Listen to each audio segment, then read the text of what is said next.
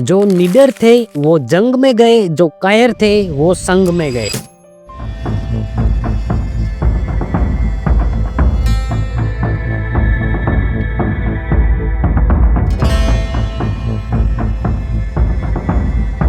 RSS की स्थापना 1925 में हुई थी। उसके बाद इन्होंने देश के लिए क्या किया?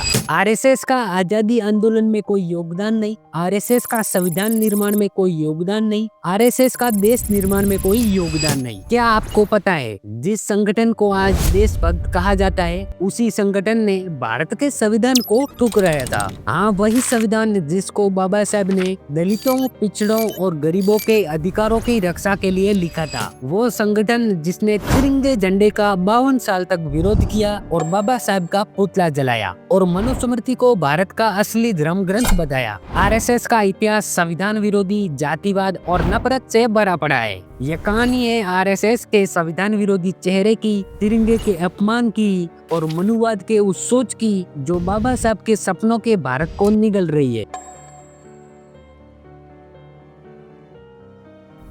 दिन था 26 नवंबर 1949 का, जब बाबा साहेब भीमराव ने भारत को संविधान सौंपा। लेकिन उसी समय आरएसएस के मुख्य पत्र ऑर्गेनाइजर में छपता है, भारत का संविधान विदेशी विचारों की नकल है, इसमें हिंदू परंपरा की कोई जगह नहीं है। यानी जब देश समानता और आजादी के नए युग में कदम रख रहा था, तो आरएसएस मनुस्मृति के पुराने अंधकार में लौटना चाहता था। इतना ही नहीं, 12 दिसंबर 1949 को जब बाबा साहब जिंदा थे, तो आरएसएस के कार्यकर्ताओं ने उनका पुतला जलाया और शव यात्रा निकाली, सिर्फ इसलिए कि उन्होंने मनुस्मृति की जगह संविधान दिया। आज वही संगठन संविधान की रक्षा का नारा लगाता है, लेकिन इतिहास गवाह है इन्होंने कभी संविधान को माना ही नहीं। 1947 आजादी का साल, पूरा देश तिरंगे की छान में झूम उठा, लेकिन आरएसएस ने इस झंडे को अशुभ कहा। आरएसएस के प्रमुख एमएस गोलवलकर ने कहा, तिरंगे में 3 रंगों का होना अपशकुन है, असली झंडा तो सिर्फ भगवा होना चाहिए। और सच ये है कि 1947 से लेकर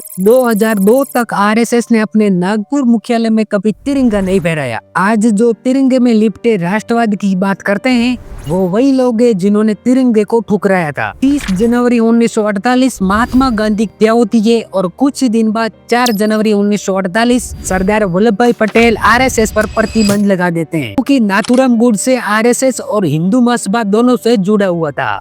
संघ ने कहा अब वो हमारा सदस्य नहीं है, लेकिन रिकॉर्ड बताते हैं गोडसे ने आरएसएस की शाखाओं में प्रशिक्षण लिया और वही हिंदू राष्ट्र की सोच लेकर निकला था। 11 जुलाई 1949 को जब गोलवलकर ने लिखित रूप में संविधान और तिरंगे के प्रति वफादारी दिखाई, तब जाकर प्रतिबंध हटाया गया। यानी निष्ठा दिखाओ तब आजादी पाओ। देशभक्ति की ये झूठी कहानी यही से शुरू हुई। भारत छोड़ो आंदोलन, असहयोग आंदोलन, नमक सत्याग्रह, हर आंदोलन में लाखों लोग जेल गए, शहीद हुए, पर आरएसएस का नाम कहीं नहीं आया। आरएसएस का कहना था हम राजनीतिक आंदोलन में नहीं पड़ते, लेकिन सच्चाई ये है वो अंग्रेजों के खिलाफ नहीं थे। संघ के स्वयंसेवकों को साफ आदेश था, किसी भी स्वतंत्रता आंदोलन में हिस्सा मत लो। यानी जब देश खून बहा रहा था, तब आरएसएस मौन बैठा था। 6 दिसंबर 1992 को अयोध्या में बाबरी मस्जिद ढा दी गई। देश भर में दंगे भड़के, सैकड़ों लोग मारे गए। इस विध्वंस के पीछे कौन? विश्व हिंदू परिषद, बजरंग दल और इन सब की जड़ आरएसएस। धर्म के नाम पर नफरत फैलाने की ये राजनीतिक संविधान की आत्मा पर सबसे बड़ा हमला थी। आरएसएस का सपना हिंदू राष्ट्र का है, पर उसमें मुसलमान, ईसाई, दलित, आदिवासी सब दूसरे दर्जे के हैं। उनकी किताबें और भाषण कहते हैं भारत में रहने वाला हर व्यक्ति हिंदू कहलाएगा, यानी धर्म की आजादी नहीं, एक विचार की गुलामी। और यही कारण है कि आज भी दलितों, पिछड़ों और अल्पसंख्यकों पर भेदभाव हमले इन्हीं संगठनों से जन्म लेते हैं। आरएसएस समझ गया कि अगर समाज बदलना है तो शिक्षा और संस्थाएं कब्जे में लेनी होगी। विश्वविद्यालयों में उनके लोग बैठाए गए, मीडिया चैनल में उनके प्रचारक आए, प्रशासन और न्यायपालिका में उनकी पहुंच बढ़ी। ये एक संघ राज्य की शुरुआत थी, जहां सरकार, धर्म और शिक्षा सब आरएसएस के इशारे पर चले। साथ ही शिक्षा बजट में लगातार कटौती हुई, ओबीसी, एससी, एसटी की स्कॉलरशिप घटाई गई, यानी संवैधानिक समानता को धीरे धीरे कुचला गया। आरएसएस की शाखाओं में महिलाओं की भूमिका बस संस्कार देने तक ही सीमित है। नेतृत्व, निर्णय, बराबरी, वो तो इनके हिसाब से भारतीय संस्कृति के खिलाफ बताया गया। आरएसएस की नजर में महिला एक कर्तव्यनिष्ठ गृहिणी है, न कि एक स्वतंत्र नागरिक। यानी संविधान के अनुच्छेद 15 और 16 में दी गई लैंगिक समानता उनके लिए सिर्फ एक कागज की बात है। 2025 में आरएसएस के 100 साल पूरे हुए। सरकार ने उनके नाम पर सिक्का और डाक टिकट जारी किया। विपक्ष ने कहा, जिस संगठन ने तिरंगे और संविधान का विरोध किया